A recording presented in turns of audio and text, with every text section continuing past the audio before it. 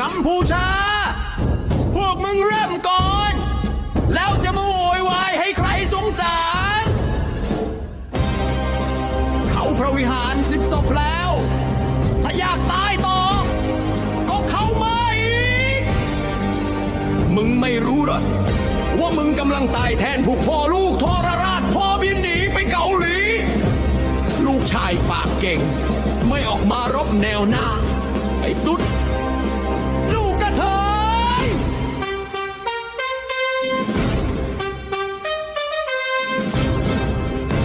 วันนี้